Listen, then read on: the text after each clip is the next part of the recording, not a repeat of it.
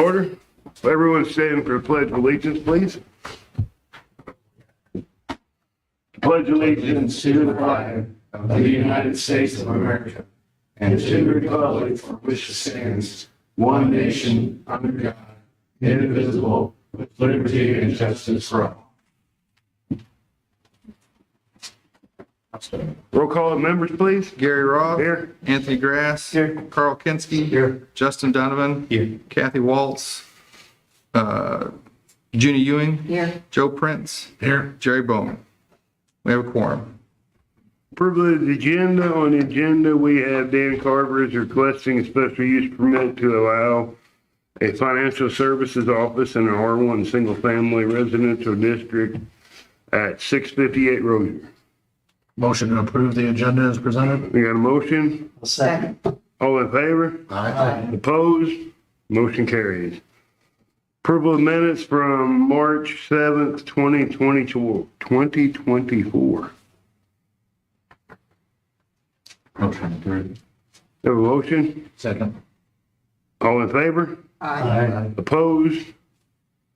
Motion carries. Introduction of evidence. I have the municipal code, comprehensive plan. You have the staff report at your seat that you received last week. In addition to that, I emailed you some support letters. There were additional support letters. I believe the applicant will present those in a few minutes. Motion to present the evidence as presented? Have a motion? Second. Second, all in favor? Aye. Opposed? Motion carry. Do we want citizen input on this now? We'll wait until, But this would be for anything else. huh? This would be for anything else. Oh, okay. So we're good on that. Old business? I may reach out to you in the coming few weeks. I am very hopeful that we'll have a comprehensive plan, run it by the steering committee and get it to you and hopefully have it on a June, maybe July agenda for approval. Good deal. New business. Dan Carver is requesting a special use permit to allow financial services office in an R1 single-family residential district at 658 Rozier. In addition to the staff report, I know I emailed you these, but I do have hard copies here of some support letters that Mr. Carver submitted. I'll just pass copies down if you'd like to. Anyone want to see? Dan, would you like to address the board? Yeah. This is here.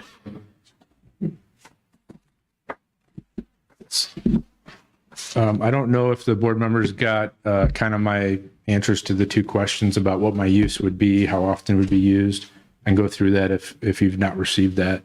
I think we did, didn't we? Yes. Yes. Okay. So essentially, I've been coming down here since 2006. I bought out Bob Kist years ago and looking for an office for one day a week. I was in Dr. Loida's office with Jim Francis and Dr. O'Neill for many years. I'm sorry, Dr. Brandt. And after they retired and sold the business to Loida, Dr. Loida expanded, so I had to move. And I think Bob Kist and I were in that building maybe 20, 25 years. I'm now in the hair salon where Jack Rozier's office was, La Maison de Coiffure, however you say that.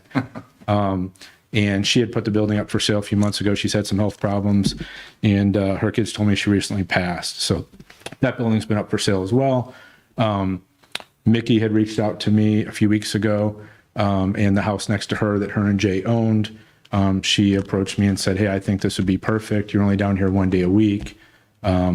And I know I'd have a great neighbor, and I would take care of the yard if you let me leave my flowers in my flower garden in the back. And I said, sounds perfect to me. Reached out to Dave. He kind of let me know. I had assumed that because of, the Ace Hardware and Dr. Loida's building and other stuff at the end of the street, that it would not be a big issue, but he informed me about the ordinances and the fact it was zoned R1. Right. He informed me also that in order to change zoning, you can't do it for one house. You'd have to do it like for the whole street. And I'm not trying to pressure people to do that. So he said the special use permit would be a potential option to, apply for. I did get letters from 11 of the 18 houses within 185 feet of the property. I don't believe there's anyone against it, but possibly there is someone, I don't know. But the only people I did not get to sign were not because they were against it, it's because they weren't home. So I did mail letters to each of them, and that's one that arrived today here in the mail. The problem was they didn't get them till, I think, Tuesday. And so I went down, I think Tuesday or Wednesday, had people sign them because I was concerned by the time they got back to me in St. Louis, it'd be after this meeting. So I'm not aware of anyone opposing my use. I'm only there 1 day a week. It's just me. There's some weeks I don't even come down because there's no appointments. And so that would be my use. Have you heard anything back from anybody negative? No, sir. Okay. Any questions for Dan? Does anybody else want to speak anything in the audience?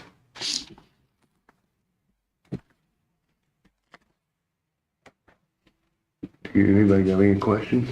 I got a question for Dave. So when it comes down to a special use permit, that's anything outside of what is allowed in that particular district. But per code, there's certain allowable special uses. Is that correct, or is a special use just at discretion of this committee and the board of aldermen? So it is at your discretion, but there are some that are obviously called out for in code. So for instance, our commercial uses are allowed with a special use permit. So it still has to flow through this committee in an R2 district. This is an R1. So that's why you'll see in my staff report, it was a recommendation for a denial. But this body can choose otherwise. You said it is allowed at an R2? Correct. Would that be spot zoning with considering the other side of the street is R2? The other side's commercial. What's commercial? I thought it was R2. So the homes and businesses across the street are in a commercial district. 2 houses up where the dentistry is commercial. 6 homes down where it's Waymire is commercial. In between is R1. Yeah. Do you anticipate expanding your? No, Sound no, here? I've been coming out here for 17 years. Okay, I don't live in town. I live in St. Louis. okay. I have, I think, as far as I know, a pretty good reputation in town. And part of it is, because I don't live here for 17 years, I've been trying to let people know I'm here to stay. Because initially when I came down, it was like, well, how long are you going to be coming down here? And are you going to keep an office down here? So this is my chance to own the property and not have to keep being kicked out from place to place, be able to set roots and be able to stay there. And even Mickey has said, Do you have signage at your? I did include, so Ameriprise would prefer I have a sign. My option, it's all done at the corporate level because we're a Fortune 500 company. My option is either I could do signage on a window, but the problem with this house is the windows are about this wide, double hung windows. My fear with that is that people will be probably pulling into Lauren's house next door or Mickey's house because they may not be able to tell like what exact property is the one I'm in. I do have extra copies of the signage. That's about the only exterior sign that I can do that Ameriprise will let me do other than the graphics on the windows. It's a little bit bigger, I would say, than a like for sale sign, but it's professional. It's not like I'm going to build it myself. I mean, it's a legitimate national sign company doing it. But I think that way, at least, people will know what driveway it is. Besides me, there's only usually one client. I mean, it's possible that a couple after work, I have a lot of clients work at Mississippi Lime, they might come separately and have 2 cars, but normally it's going to be me and a client. So 2 vehicles, the driveway's long. I don't anticipate people needing to park on the street even. But other than the day I'm here, there'll be no activity at the house, no use of the house. I'm not storing anything. I was telling her, like, I don't even need the basement. I don't know what I would store in the basement. It's just me and a computer and a desk. So it get very little use. Okay. I know Dave brought up on the phone that some people might ask about the fact that there is a shortage of housing in St. Genevieve. Just wanted to bring up, I was the person who bought the 3 properties from the Stupi family on South 10th on the corner where the train tracks are. South Gabry was a rental home. I sold that to a family where the Stupi salvage business was with the flagpole. I sold that to a family, so I changed that from commercial to residential use. And I also own the house that Heavenly Hope was in, which was used as a charity, so I would call that non-residential. No one was staying there. We are currently painting and getting that ready. That was potentially going to be my backup office. If this would go through, I will be selling that, hopefully residential, to a family. And so I've changed 2 properties that were not residential to residential already, potentially. So I'm not just taking, I'm also trying to give. Thank you. Okay. Is there any possibility of rezoning this house to commercial? Since there's commercial across the street? We couldn't spot zone a house. And I didn't know how people would, I don't want to go to the neighbors and say, you know, are you okay with us trying to zone your house commercial and trying to get them involved, just because I don't know how people would react to that. If it was something to consider, we'd want to zone that whole side of the street. I don't know that. Well, that'd be a higher tax rate for them then, wouldn't it? No. They tax differently? They would be, they're assessed based on the use. So Mr. Oh, Carver, okay. if approved, may be assessed commercially, but the others would not. Okay. So by code, for him to be able to use this property for what he's intending, it would, at a minimum, need to be R2 with a special use permit. Correct. I mean, besides today's determination. Would we be able to do a 1-year special use permit? And in the meantime, in that year, look into ways to rezone that to where once that's up, he doesn't have to reapply again, or we just revisit it in a year, or, I mean, you know, if this was in a, I mean, technically it is residential, but it's on what I consider a commercial street. We got commercial at both ends. Like your example earlier, if it was in the middle of St. Jude or in the middle of Lynn Drive or in the middle of Rozier or Point Base, I get it. You got Point Base Drive, commercial on one side, residential on the other. You got, what was it, Park Drive in that area that you got commercial on one side, residential on the other. And I know they're zoned that way, but this is Rozier. I mean, you got, I don't really have a problem with it, but I also don't like going against staff recommendation. I think on your thing, you know, I understand, you know, you want to support somebody who's done business in this town, but the kind of my issue with it is it's an R1 district. And that's, when you set a precedent like that, you know, you could have one of those, another person in an R1 district, say off of one of these streets that you're talking about, but we set that precedent where we've allowed this special use permit, Well, when it probably needs to But- be rezoned. yes and no. I mean, the only problem with this whole thing, the only problem with the whole thing is the fact that he's not living in the house. If he was living in the house, he would be allowed to have his office there anyways, right? Correct. I mean, so it would be allowed if he lived there, but it's not allowed because he doesn't live there. And I don't think that's a compelling enough argument to deny. If it wasn't allowed and he still lived there, okay, I understand that. But it seems like the only reason we have to deny it right now is just the fact that he doesn't live there. Well, nobody else is going to be living there either. I For don't- me, I have the same concern as Justin, that we're setting precedents and we're opening a door. I mean, we know more, I'm not a lawyer, like Paul, But- but Well, all I know is that my office was a church before mine and was a dance studio before that, or maybe I got the sequence wrong.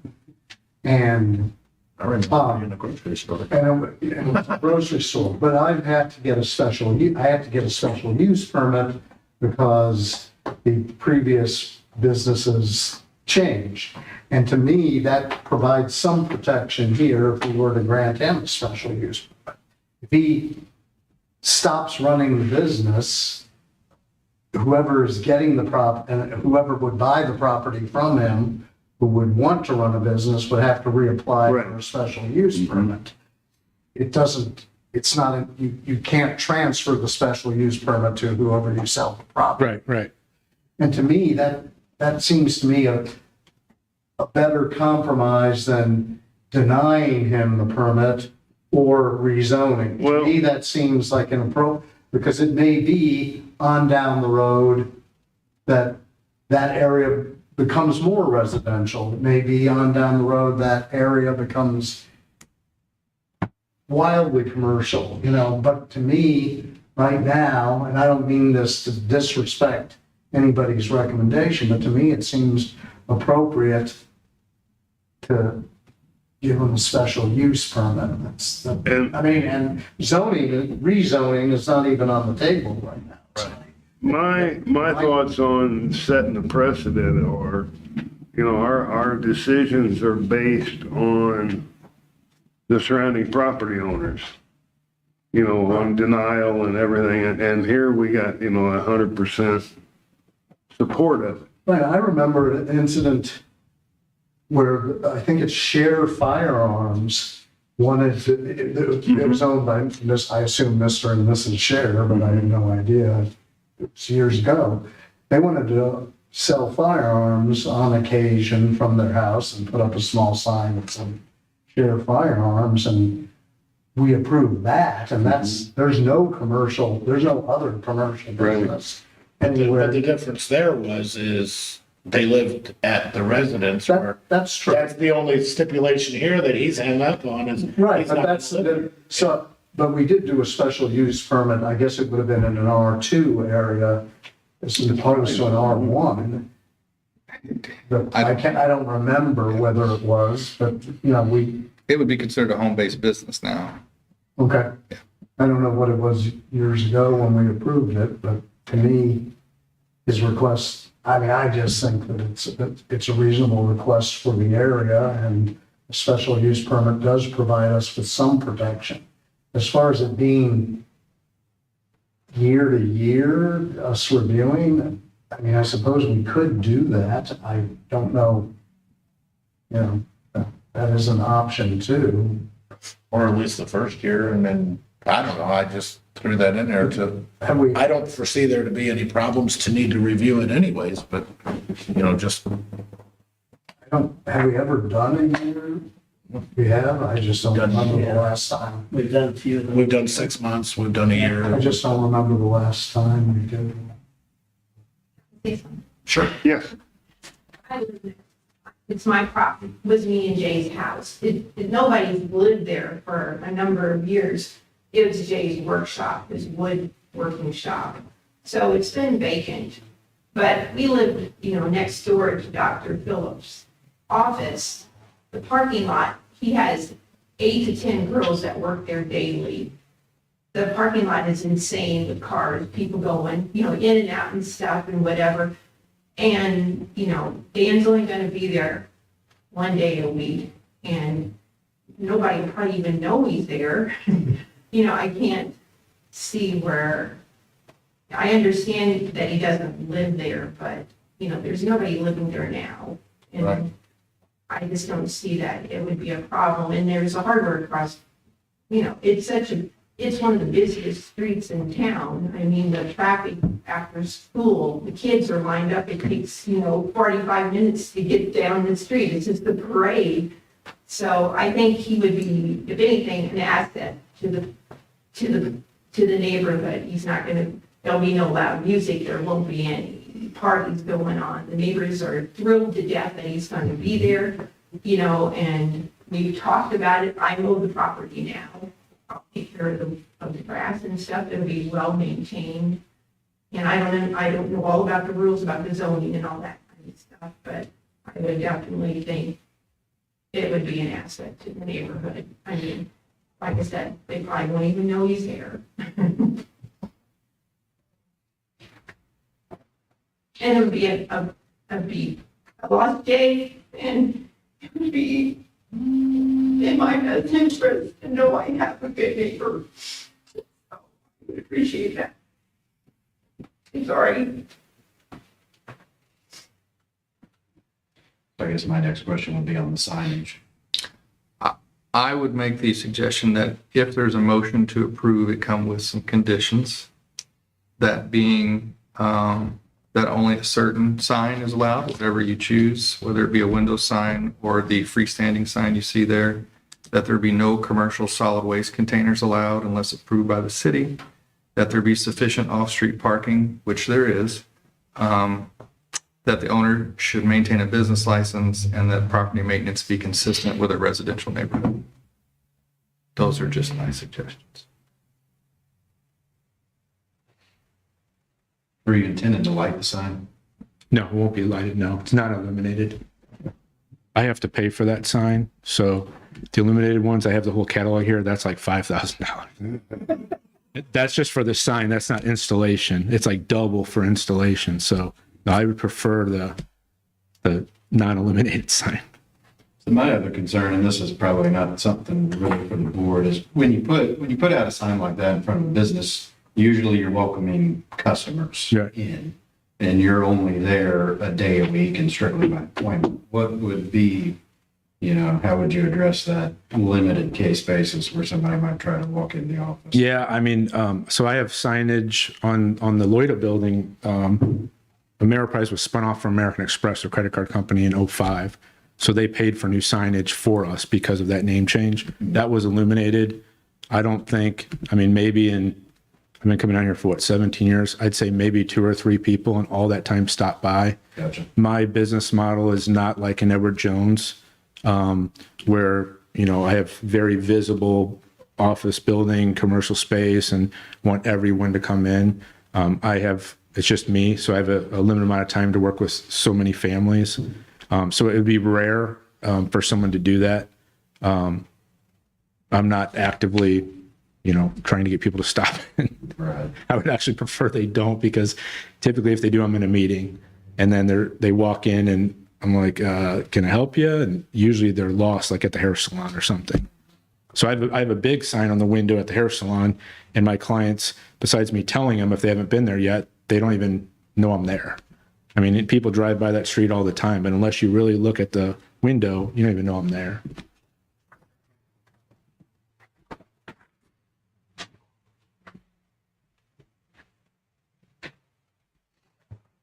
Any other questions, comments? What is the stipulation, David, just so I'm aware of, how often does someone need to stay there for it to be considered a home? I mean, for it to be a residence, there's no definition of that in code. But I would think there'd be someone sleeping there on a nightly basis.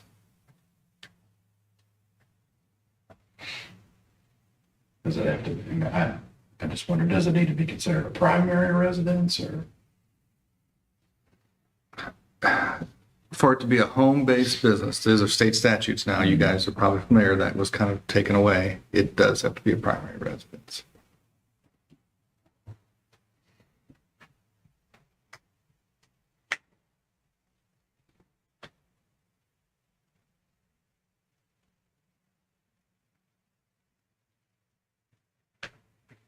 Questions, comments? Pondering. Yeah, it's a tough, And that's my only concern with it is the precedent. well, The neighborhood is consistent with the use, all of those things, and got a reputation of conducting business, in St. Genevieve, so. And if it was something where I was here full time, or a business where people are coming in constantly, like a store or something, I wouldn't even have brought it up. Right. Once I called Dave to check into it, and found out that it was R1, which I was shocked by, then I told Mickey, well, here's a process we have to go through. I felt like there was a good chance of approval just because I'm not going to be using it often, and it's not going to be a type of business where there's tons of traffic. So to me, I was telling her, well, I think we have a good shot because I'm going to have less traffic because of my use than a normal family would have on that street. I'm going to have less potential issues, than other potential families might have. So That's why if I thought it was no chance, I wouldn't have submitted the application. So, Well, I mean, I feel comfortable making a motion. And my motion is to approve the special use permit, valid for 1 year or to be reviewed in 1 year, along with all the stipulations that you had cited. So If we were to, the ones that you said that if we were to approve, that we would have all those. So your motion would be to approve the special use permit. The owner, with conditions, the owner must maintain a business license. There be sufficient off-street parking provided. No commercial solid waste containers allowed without city approval. Property maintenance consistent with the residential neighborhood. Reviewed in 1 year for, no nuisance For complaints. any nuisance complaints or anything, I mean, And I mean, is the stipulation also going to include the sign as he's Yes, sir. set forth? in this? That's my last one. Okay. And then my question being is, freestanding sign allowed? Or this freestanding sign allowed? yes. Per be the BB 60. Yeah. So I have a motion. I would second. I have a second. Okay, Can I have a roll call, please? yes. Gary Roth, Yes. Anthony Grass, Yes. Carl Kinski, Yes. Justin Donovan, Yes. Junie Ewing, No? Joe Prince. Yes. 5 yes, 1 no, motion carries. And it'll go on to the Board of Aldermen. okay, that's next week. That is next Thursday. Okay, Yeah. Same time, same place. okay. Thank you. Thank you. Do you have any other business? No, sir. Motion to adjourn. I have a motion Second. and a second. All in favor? Aye. Opposed?